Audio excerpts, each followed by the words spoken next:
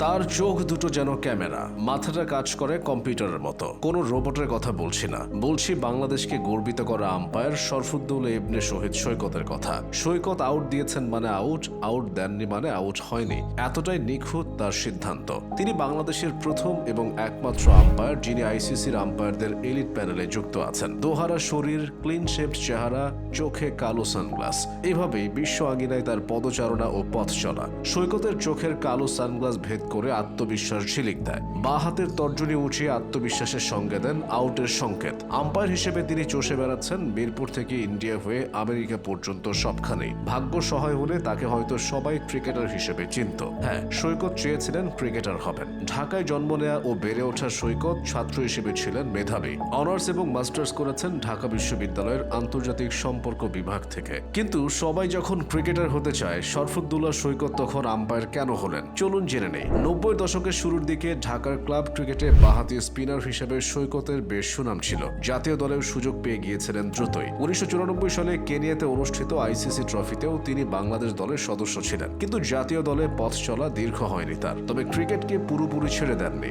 নিয়মিত খেলেছেন club cricket. 2000 ও 2001 সালে খেলেছেন 10টি প্রথম শ্রেণীর ম্যাচ, উইকেট নিয়েছেন 31টি। এদিকে দীর্ঘদিন ধরে আইসিসির পুরুষ ক্রিকেটের ইভেন্টগুলোতে বাংলাদেশি আম্পায়ারদের উপস্থিতি ছিল না। এমন সময় সৈকত যুগের সূচনা হয়। খেলা ছেড়ে আম্পায়ার হতে চাওয়াটা বেশ সাহসের কাজ। সাহস না বলে দুঃসাহস বলা ভালো, কারণ ক্রিকেটের সবচেয়ে থ্যাঙ্কলেস জব হলো আম্পায়ারিং। অনেকে তো আম্পায়ারদের তুলনা দিয়ে বসেন কাকতারোয়াদের সঙ্গে, তবে সৈকত যা করতে চেয়েছেন ঠিক তাই করে দেখিয়েছেন। অনেকগুলো প্রথমের সঙ্গে জড়িয়ে আছে তার নাম। নারী ক্রিকেট ও বয়সভিত্তিক ক্রিকেটে বাংলাদেশে আম্পায়ারদের দায়িত্ব দেওয়া হলেও আইসিসি চ্যাম্পিয়ন্স ট্রফি ও ওয়ানডে বিশ্বকাপ অথবা টি-20 বিশ্বকাপে শরফুদ্দৌলা সৈকতের আগে দায়িত্ব পাননি অন্য কেউ। অবশ্য 2011 বিশ্বকাপে বাংলাদেশের একজন আম্পায়ার ছিলেন, তবে আম্পায়ারিং এর নাম থাকলেও সাবেক বাঁহাতি স্পিনার এনামুল হক মাঠে কিংবা টিভি আম্পায়ার হিসেবে সেই বিশ্বকাপে দায়িত্ব পালন করতে পারেননি, কারণ তাকে রাখা হয়েছিল রিজার্ভ আম্পায়ার হিসেবে। ওয়ানডে ক্রিকেটে আম্পায়ার হিসেবে শরফুদ্দৌলা সৈকতের অভিষেক হয় 2010 সালের জানুয়ারিতে ঢাকায় শ্রীলঙ্কার বিপক্ষে। টেস্ট ম্যাচ অবশ্য পরিচালনা করেছেন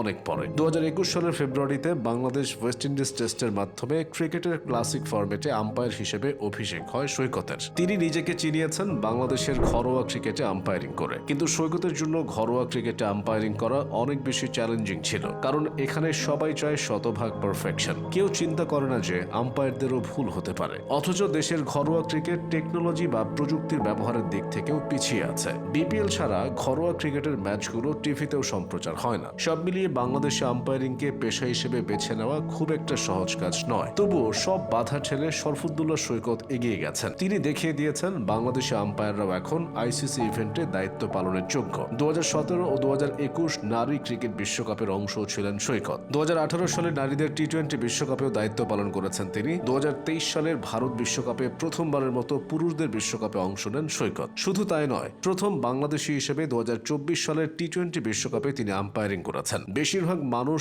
তৈরি করা পথে হাঁটেন, খুব কম মানুষই পথ তৈরি করেন। শরফুদ্দৌলা সৈকত পথ তৈরি করে নিয়েছেন। ভবিষ্যতে যারা আম্পায়ার হতে চান তারা নিশ্চয়ই সৈকতকে অনুসরণ করবেন। একজন ক্রিকেটারের জন্য তারকা খ্যাতি পাওয়া যতটা সহজ, একজন আম্পায়ারের জন্য বিষয়টা ততটাই কঠিন। বিলি বাউডেন, সাইমন টাফেলরা আম্পায়ারিং এর মাধ্যমে ইতিহাসে জায়গা করে নিয়েছেন। ক্রিকেট প্রেমীদের প্রত্যাশা শরফুদ্দৌলা সৈকত হবেন বাংলাদেশের বিলি বাউডেন।